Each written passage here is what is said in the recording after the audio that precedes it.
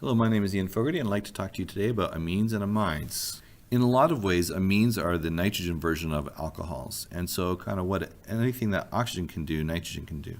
One big difference between oxygen and nitrogen is that nitrogen needs to have 3 bonds in order to have a full octet. So you have your 2 electrons here from your lone pair, and then 2 electrons from those bonds, 2, 4, 6, 8.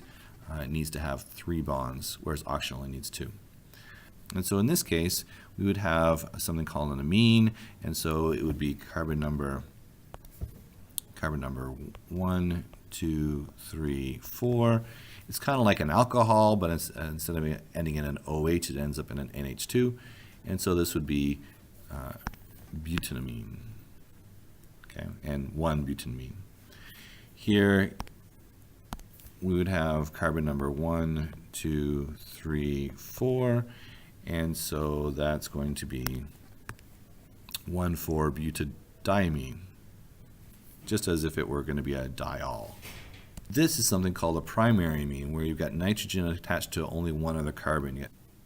Here's a secondary amine. It's attached to 2 carbons, and so it's got one carbon right.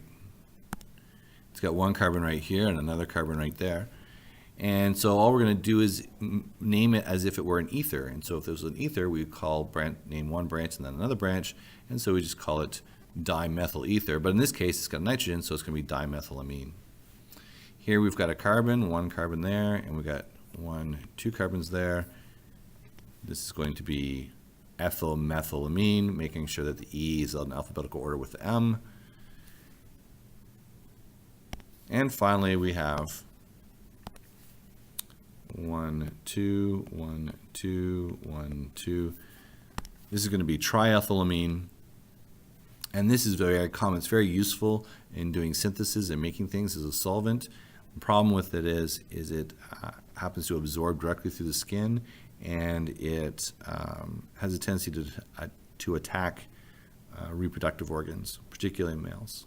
And so just like alcohols could react with carboxylic acids to make esters, nitrogens can react with carboxylic acids to make amides. So this is going to be the nitrogen version of an ester, and we call it amide.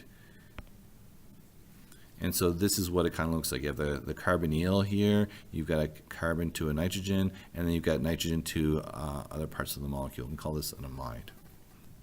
The reaction of a carboxylic acid with an amine is going to be similar to a carboxylic acid with an alcohol.